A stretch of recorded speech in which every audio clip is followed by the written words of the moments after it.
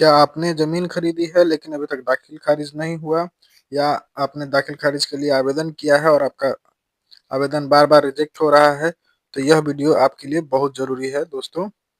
नमस्कार दोस्तों, आप सभी का स्वागत है हमारे यूट्यूब चैनल योजना इन्फो पे। दोस्तों, आज के इस वीडियो में हम बात करने वाले हैं दाखिल खारिज के लिए ज़रूरी कागज़ात के बारे में कि कौन-कौन से कागज़ आपको ज़रूरी है। अगर आप बिहार राज्य से हैं और आपने अगर ज़मीन किसी को बेची है, किसी से खरीदी है, अगर आपको ज़मीन कोई दान में मिला है या फिर गिफ्ट में मिला है, या अगर आपके परिवार में बँटवारा हुआ है, तो इस वीडियो को लास्ट तक ज़रूर देखें दोस्तों, नहीं तो आपका आवेदन जानकारी के अभाव में रद्द हो सकता है।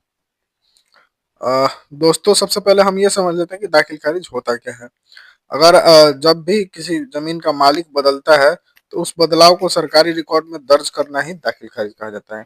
इसका मतलब सीधा-सीधा समझ लीजिए, अगर आपने ज़मीन खरीदी है या फिर किसी भी कोर्ट ऑर्डर या किसी भी माध्यम से आपको ज़मीन कोई मिला है, लेकिन जब तक आपको सरकार के रिकॉर्ड में, जिसको जमाबंदी पंजी कहते हैं, उसमें आपके नाम से जमाबंदी ना खुल जाए, वो खाता, खेसरा, प्लॉट जो भी है, वो आपके नाम से जब तक दर्ज नहीं हो जाता, तब तक वो ज़मीन आपकी नहीं कही जाएगी, और इसी प्रक्रिया को दाखिल खारिज कहते हैं दोस्तों।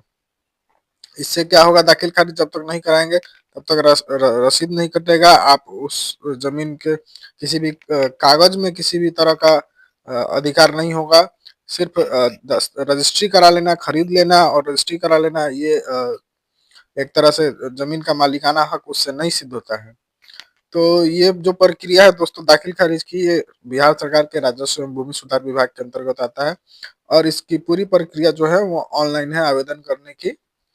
तो इसके लिए हम जानते हैं दोस्तों कि कौन-कौन से कागज़ात आपको ज़रूरत है, अगर आपने दाखिल खारिज कराने के लिए आवेदन कर रहे हैं। तो सबसे पहले हम जानते हैं कि अगर आपने ज़मीन खरीदी है या बेची है या फिर आपको गिफ्ट में मिली है।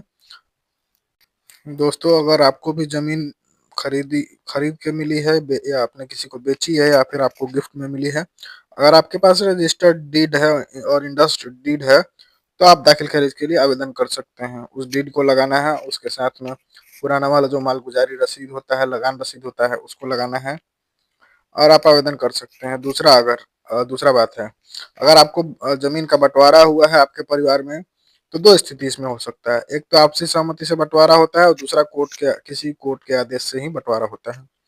तो अगर आपसी सहमति से बँटवारा होता है, तो आपको इसके लिए चाहिए रजिस्टर्ड डीड बँटवारा का, जो कि आपको रजिस्टर्ड और आपसी सहमति वाला भी हो जाता है अब, पहले नहीं होता था, अब आपसी सहमति वाला भी हो जाता है। और रजिस्टर्ड बँटवारा जो ₹100 के स्टैम्प पे होता है, बिहार में खासकर ₹100 का स्टैम्प पे आपको रजिस्टर्ड बँटवारा हो जाता है। और तीसरा है आपका, अगर किसी कोर्ट का सक्षम न्यायालय जिसको कहते हैं, उसका आदेश है बँटवारे का, तो उससे भी आप दाखिल खारिज करा सकते हैं। तीसरा कंडीशन ये है कि अगर आपको उत्तराधिकार यानी कि विरासत में मिला है पूर्वजों से ज़मीन, तो उसके लिए आपके पास उसका शेड्यूल होना चाहिए, पारिवारिक सूची और वंशावली होना चाहिए, और जितने भी उसके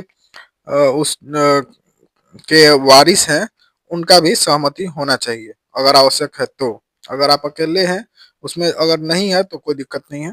तीसरा है विल, वसीयतनामा। वसीयतनामा क्या होता है, आप सभी जानते हैं, उत्तराधिकार, कोई किसी को भी ज़मीन लिख सकता है, उसमें वसीयतनामा लिख देता है आदमी। तो उसके लिए आपको पास उत्तराधिकार प्रमाण पत्र होना चाहिए कि आप उसके, जिसने भी आपको ज़मीन लिखा है उसका उत्तराधिकारी हैं।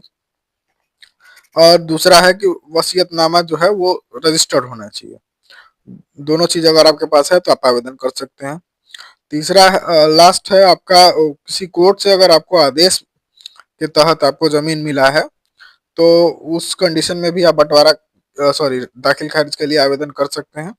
उसमें आपको पुराना जो इसका ज़मीन का लगान होगा, रसीद होगा, मालगुजारी रसीद, उसको भी लगाना होगा।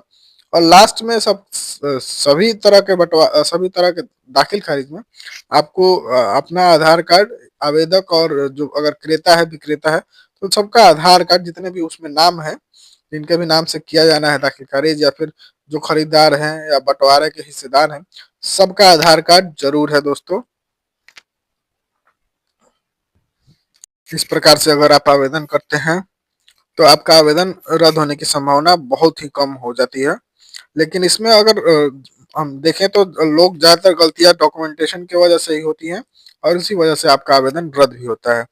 तो आप अपना जो भी है डॉक्यूमेंट अपना उसी हिसाब से लगाएं, जिस भी तरह का बंटवारा है, खरीदा है, या फिर विल डीड है, क्या बोलते हैं उसको, अ, उत्तराधिकार है, या फिर अगर किसी कोर्ट का आदेश है, तो उस हिसाब से, जैसे कि मैंने अभी पिछले बताया कौन कौन से डॉक्यूमेंट चाहिए, उस हिसाब से आप अपना डॉक्यूमेंट लगाइए। दोस्तों, इस वीडियो में आपने जाना कि दाखिल खारिज के लिए कौन कौन से कागजात की जरूरत होती है।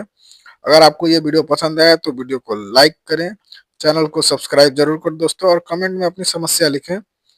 दाखिल खारिज से जुड़ी कोई भी समस्या अगर हो आपको तो कमेंट जरूर करें दोस्तों, हम अपनी पूरी कोशिश करेंगे आपकी मदद करने की। मिलते हैं दोस्तों नए वीडियो में नए टॉपिक के साथ। धन्यवाद।